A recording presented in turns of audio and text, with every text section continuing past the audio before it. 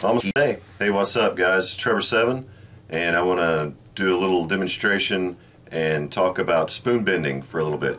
Spoon bending is just another form of psychokinesis, and there are several different manners you can go about doing this. If you're really good at this, which I'm just kind of getting into it right now, if you're really good at this, you can do it with just your mind only. And unfortunately, that's not the demonstration that I'm going to be showing for you today, but I wanted to talk to you about spoon bending because it's something we can all do, and and prove to yourself firsthand that this stuff is real. Now, of course, you don't want to be bending the spoons out of your own cupboard, or at least not too many of them. But actually, the first time you spoon bend, it is good to use a spoon that you've held and had in your possession for a long time. It's easier. But for practice purposes, I'm just buying these cheapos from like the Dollar General store, 3 for $1 or something.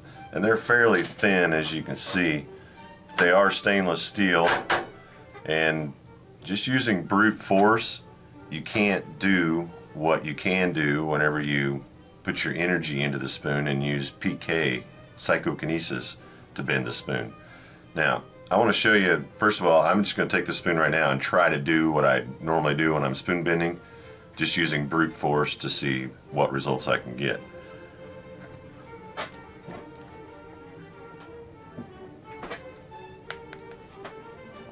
Okay, as you can see, I can turn it, but it took a lot of strength. I don't know if you could hear my knuckles popping and everything. It kind of hurt your hand a little bit and stuff, but you can bend it, but you can't get a tight loop.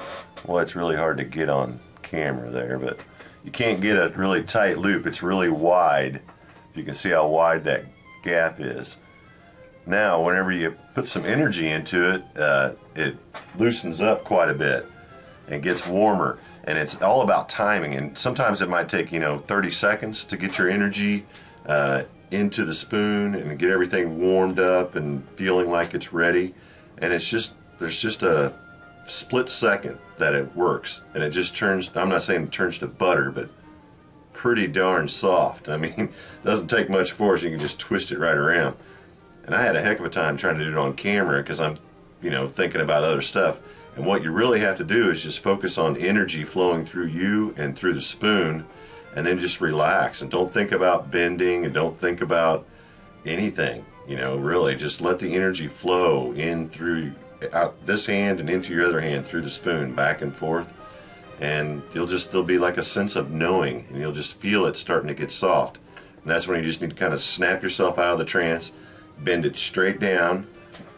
When you're holding your spoon like this, bend it straight down, and then you just start twisting. And you'll feel it, it'll start stiffening up towards the end when the metal's no longer soft.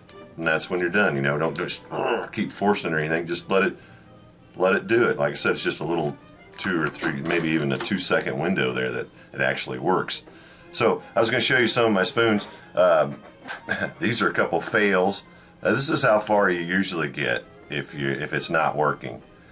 And you can see I didn't get much out of that. That's my first attempt on camera. This was my second attempt on camera. No go. Lame-o. And then I've done, I don't know, I've probably done maybe 10 of these.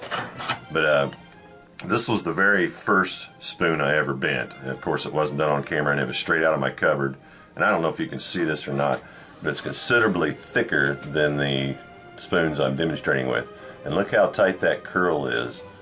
I mean, that's not something that can easily be done by hand, especially with a spoon of this caliber. It's a pretty heavy-duty spoon. Granted, it's still just a teaspoon, but it's a lot thicker. I'd say it's twice as thick as these other spoons I've been bending.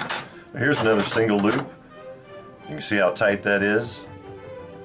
That's not something easily done with just brute force. I can't do it anyway. Another single loop. This one's got kind of a corkscrewing effect. I don't know if you can see that very good, which is darn near impossible with the hand, with brute strength. And here's a nice, interesting one, like a 1.5 twister. That'd be good for sipping soup.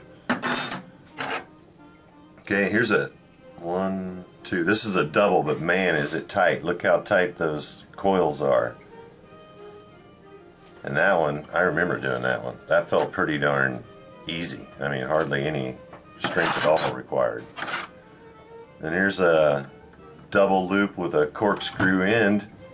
And twisting metal like that, I mean, that's darn near impossible, even if it's heated up, or if you got, you know, maybe if you got needle nose pliers and a vice grip or something and did it really carefully, you could do something like that.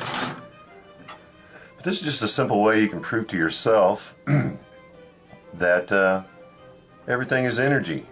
And by focusing our intentions into any object or person, we can influence it. And there are a lot of different methods. I'm sure you probably heard of Uri Geller, and I've seen all these guys on YouTube that are showing how to do this and whatnot. And one way to tell,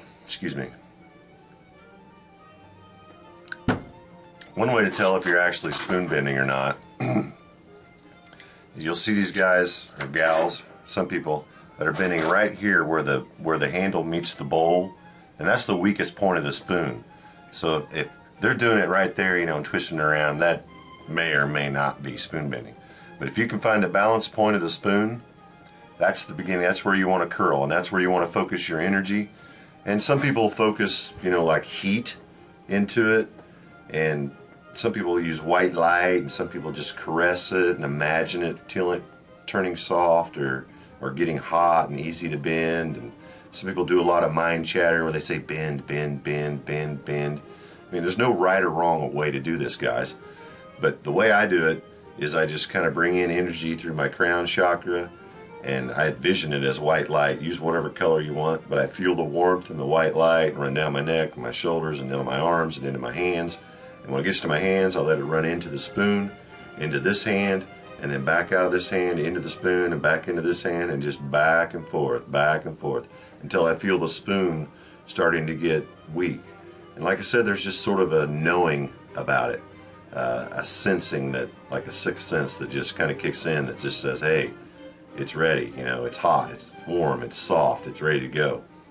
Or another method I used was setting a timer, just taking a small clock like this and setting a timer for about 3 minutes and just put energy into it. And sometimes that sudden distraction will, you know, give you the perfect opportunity to just stop and bend when you hear the timer.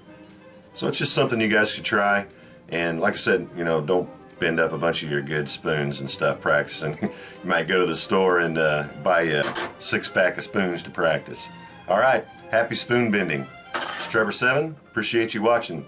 Good day, God bless, and namaste.